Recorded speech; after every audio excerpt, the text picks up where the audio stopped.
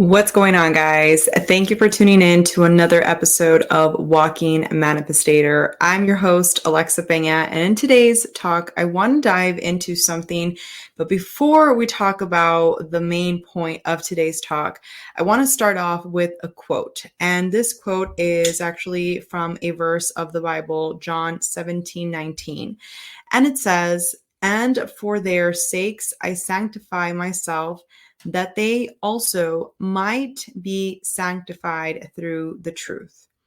And the reason I wanted to start with that, as you already know, I do not believe that you need to be religious in order for you to be spiritual. I personally believe that religion is a way of dividing and conquering. And the more that I am able to divide people from each other, and the more I am able to divide people and shame one another for believing in different things, the easier it is for me to control. And by me, I am saying this grand, unseen, right, hidden power that is navigating through, a lot of different avenues. We won't get into that on this episode, but there's a lot of things that we all know at one point or at one degree or another is being used to influence us, from the commercials we watch, from the music we listen to, from the TV shows you might be into. Everything is influencing you in one way or another. And I simply don't believe that you need to be religious in order for you to practice spirituality and for you to be connected to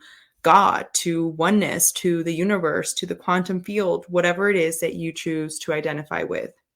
And the reason I wanted to start with that is because I also believe that a lot of the messages in the Bible have been lost in translation. So I recently took on, for those of you that have been following along, either on my stories, if you guys haven't, feel free to check down below all my social media accounts. I post regularly there.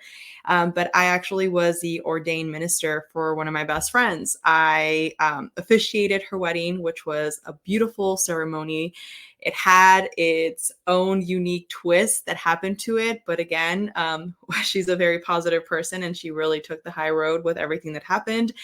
And the reason I wanted to share this with you is because, ironically, as I have been growing in this, metaphysic world, this mindset, growth and all this stuff that I've been really just surrounding myself with for the past couple of years now, I came across the opportunity to get a bachelor degree on metaphysics. And ironically, one of the requirements is actually to be a minister.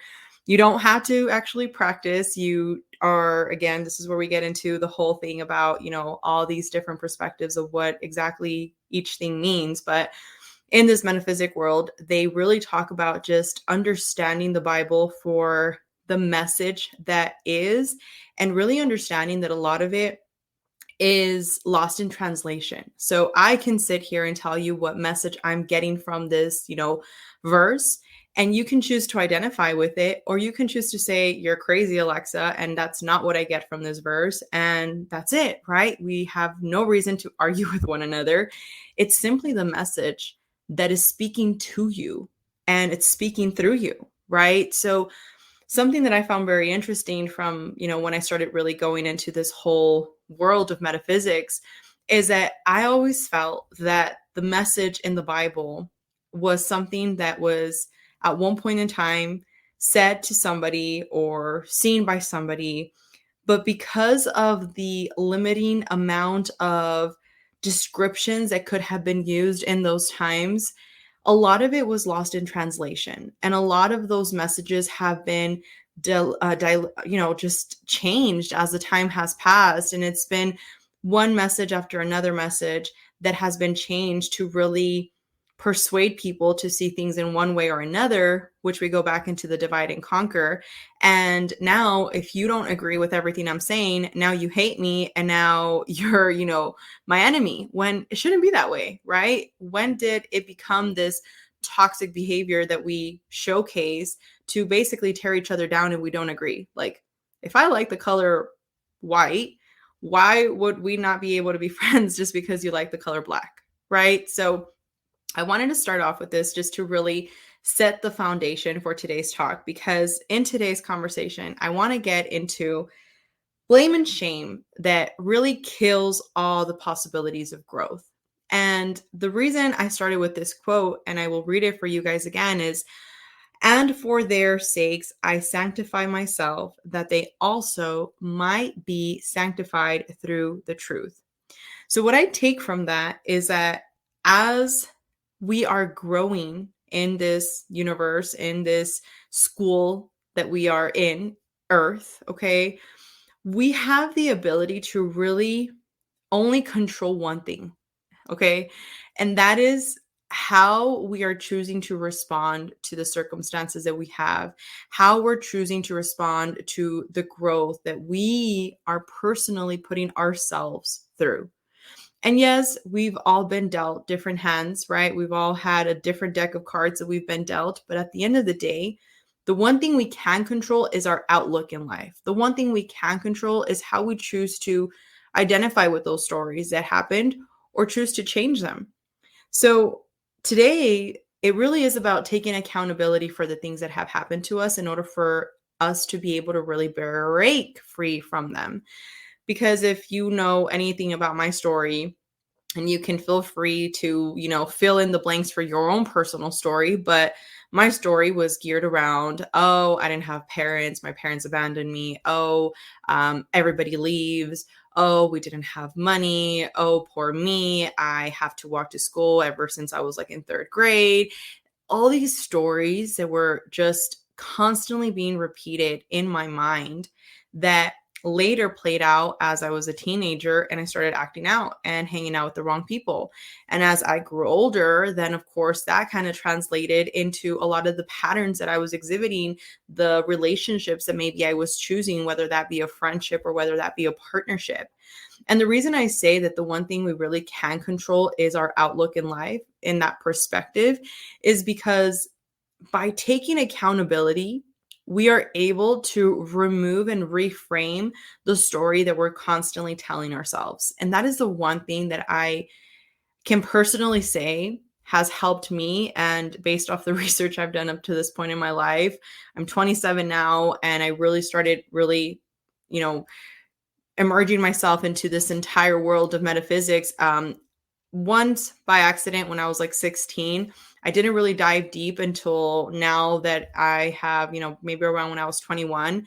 And for these past 3 years now, I've really just taken on a completely new personality. I've really taken this serious. And the reason I think this is important is because the story I was telling myself then and the story I'm telling myself now is day and night, right? The story of not wanting to be here, like literally physically in this world, and now being thankful for the fact that I get to wake up in this world and I get to create a new reality for myself every single day is something that has allowed me to take accountability over how I am showing up, how I am showing up for those around me, how I'm showing up for my kids, how I'm showing up for the person that matters the most, which is honestly you, yourself. How can you show up in any other way for anybody else if you haven't shown up for the person that matters the most, which is you? And I think this is where really I wanted to also sideway into a lot of us, depending on the situations that we've been through. I laugh at a tattoo that I have on my back, which I leave it there as a reminder, but I have a small little quote and it says, "Trust no one, even your shadow abandons you in the dark." And now I laugh at it, but funny enough, at that time I was not laughing. And when I got that tattoo, it was a reminder to not trust anybody. It was a reminder to say, hey, you can't trust anybody. Everybody always leaves. And it's just about you and survival of the fittest and screw everybody else. And now when I look back at that, I say, wow, well, in reality, the accountability was that I was choosing the wrong people. I was choosing the same people over and over and over again. People that were emotionally unavailable, people that were also emotionally in distress, people that were in that same frequency as me, which if you watched our last video where we talk about, the law of one, we talked about how we're vibrating at certain frequencies. And when you are vibrating at such a low frequency, it is inevitable for you to attract people that are at that same frequency, which is why oftentimes you see people that are miserable hanging out with other people that are miserable and hanging out and talking bad about other people that are honestly just trying to get by, just trying to become better. But then they're saying like, oh, look, this person thinks that now they're because now they don't live here, but yet they used to live here and now they think they're all that. When in reality, that other person is just trying to better themselves. But because miserable people like to stay together, that tends to now bring more misery into their life. Same thing with positive people. If you notice a lot of positive people, their circle, yeah, maybe they're networking with a lot of people, but their actual close circle is very small because they have no time for that negativity. They have no time for those people that are, quite frankly, not looking to grow for themselves. And if you have understood up to this point, the accountability aspect is I can only share with you this information, but at the end of the day, it's up to you to decide whether this is information that is actually useful for you, or if this is information that you're just going to listen to once and you're just going to say, yeah, that chick was crazy. I'm never going to pay attention to that. I'm never going to implement that. So in this, trust aspect, the reason I shared with you that whole story of my tattoo was because the stories that we're telling ourselves are playing out in our reality. The stories that we're constantly feeding ourselves are constantly in our reality. So when I tell myself I'm unworthy, when I tell myself nobody can love me, when I tell myself, I'm not intelligent, I never get things done right, why is this always happening to me, why people are always leaving me, all of these things are manifesting in this external reality that you have, because this internal vibration that you have, think of it as a little thermostat that you have, and you have the degree, right, in which you are set as a default, that is constantly attracting and radiating. I don't know if you have ever paid attention. I'm sure you have, but have you ever noticed when like you're in a room, let's say you're at the gym, or let's say you're, I don't know, if you go to school and you're at school and then somebody walks in the classroom, or if you're at work and then somebody walks in, and there's two types of people that typically walk in. Well, we can argue that there's three, but I'm just going to simplify with two people. Okay. The first person can be somebody that has just like a horrible energy. Like you literally look at them and you're like, oh my gosh, this person is going to be just complicated. And typically what you do is that you meet them with that same energy back. Okay. Or you have that like person that like has this like smile and charisma and just like lit up the room when they walked in. And now you were probably in a bad mood, and maybe you were still inclined to kind of act like that with them. And maybe you probably did, but then they gave you this energy of hi. And you're like, oh, hi, how are you? And that is because the energy that we are constantly at is this magnet that we have around us. I just got done taking my grandparents for dinner today. My grandmother's having a procedure tomorrow, and I wanted to get her mind off of it, quite frankly, myself as well. And I was like, you know what, let's just go have some dinner. I always take her out to eat, but usually it's like during, regular hours. And this time it was like 8 p.m. went to go have some dinner. And the person, the greeter there, the host, she basically said, hi. And then like I said hi to her, like with a big smile. I really loved her glasses. That was like the first thing I noticed. Like they had like little bedazzles on them. And I smiled at her, and then she was like, oh my gosh, like you look really good in white. Like you really can pull that off. And she kind of stumped me, right? Like I wasn't expecting that she was going to like say what she said. And I was like, oh, thank you so much. That it even like made me forget for a second that I was going to give her a compliment of her glasses. And fast forward to, when we're walking out, I was just like, hey, I just want to tell you, like, your glasses look beautiful. We got into this whole conversation because apparently she makes them. And that little interaction just turned into something very different than maybe me have been very off-puttish. And maybe she would have felt like, I'm not even going to tell her about her, looking nice in that shirt. And that would have been a completely alternate reality that we would have played out. So I bring this part up as well, because when we're talking about accountability, when we're talking about how we're showing up, it means showing up everywhere, especially on those internal talks that you're having, on those internal dialogues that you're constantly having, on those internal memories and emotions that you're constantly having. So how are you showing up every single day? How are you showing up in the light that personally you're feeding to everybody else, right? That light that you're radiating internally, you are radiating externally. Now, another thing is sometimes we often dim our light. And I can personally say I am working on that myself, because one of the things I've noticed is sometimes when I'm talking with a person that maybe like, I don't know if it's a networking event or whatever the case is, and they're being a little, pessimistic, I don't want to be overly optimistic sometimes because I'm like, oh man, this person's probably going to get annoyed with me and this person's probably going to be like, oh, she's one of those. And now I'm working on the fact of not, quite frankly, caring, because I'm like, man, if you don't like it, like, this is my energy and I'm not going to change it for you. But for the longest time, I would want to match their energy like a chameleon, right? Especially when you're like in sales, you like to match the energy, or at least that's what a lot of the coaches teach. And I would be like, oh yeah, no, yeah, it is kind of, kind of boring or whatever. But in reality, like, I was having a great time, or in reality, there was amazing speakers that I was really excited to hear. But because this person was being a negative Nancy, I was kind of like engaging with that energy. So how are we dimming our own light? How are we dimming our own frequency? So this is a question that I want you to ask yourself. When you're in a situation in which most people nowadays, if you're overly confident, they look at you as if you are just either, full of yourself, or you're just conceited and you're just, all the things. But in reality, it's like, no, it's called having confidence in myself. And it's called, being emotionally available for myself to the point where I'm not going to show up in a different light, because this is who I am and this is who I'm identifying to be. So I think this is very important. And I think some of the situations that we really need to look at as well is dissecting what exactly is still holding us back. Like, when we talk about what is holding you back, what are you experiencing in life that is making you feel like, you know what, this situation happened like 10 years ago, and subconsciously it's still embedded in there. Like, subconsciously, I might say it doesn't bother me, but it still bothers me. And I think that's something that all of us, okay, all of us, I don't care where you're at in your journey, all of us have something like that.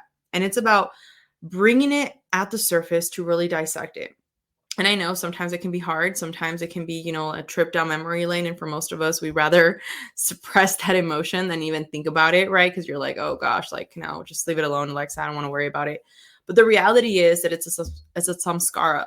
And we've talked about this in another episode. Samskaras, Michael Singer talks about them in his book, Living Untethered and the Untethered Soul. He has a bunch of other books, but the main ones that I recommend are those two. And he says how samskara is actually formed through a past experience that happened in your life that was traumatic or that was negative and that you didn't really deal with at that point. So you kind of just like, brushed over it, you moved on, but it really did trigger you at that time. And because you didn't actually let that emotion, that energy flow through you, you held it in, you bottled it up, you allowed it to stay in there. It's been festering for years. And every single time something happens and brushes up on it, it triggers that emotion back.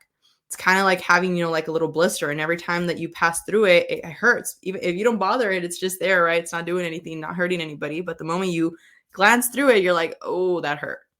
It's the same thing. And this is why looking at those things that hold us back and looking at those things that are still there is so important. And again, back to the whole, quote that we mentioned earlier, no one, absolutely no one is required to change but yourself. You have no power over if your neighbor's going to change. You have no power over if your partner is going to change. You have no power over if your boss is going to be a better boss. None of those things. The one thing that you do have as a controllable subject here is you. And I think this is something very powerful if you really understand it that way, because especially for those of you that know, I do have a small real estate team here in El Paso, and I'm an investor. And now my lifelong goal of really becoming a motivational speaker, which is why I started Walking Manifestator, to motivate more of you guys to really empower yourselves and see the things that you can achieve, because I've done really well for myself in real estate. And I share that because I sometimes have these situations in life where we're dealing with somebody, that might be acting a certain way, and sometimes when we're in that situation, it's very easy to get caught in those emotions, right? It's very easy to sometimes say like, oh, okay, I'm going to, let this situation take the best of me, or however the person might be acting. But in reality, or even sometimes the comments, right? Sometimes people will leave comments like trying to get a reaction out of you, especially like on videos or stuff like that. And now I really meet them from a place of love. Like I genuinely do. Like sometimes I'm not going to lie to you. Like it's a little like, really, you're going to say that. But it's kind of funny now. It's more like oh, this person, like they're hurting. Like something internally is happening with them that they have this need to go and hurt somebody else to make them feel the way that they feel. So imagine yourself in like this little pedestal. If you're watching the video, I'm putting my hands up in the air. If you guys are listening to it, then that's why I'm saying I'm putting my hands up.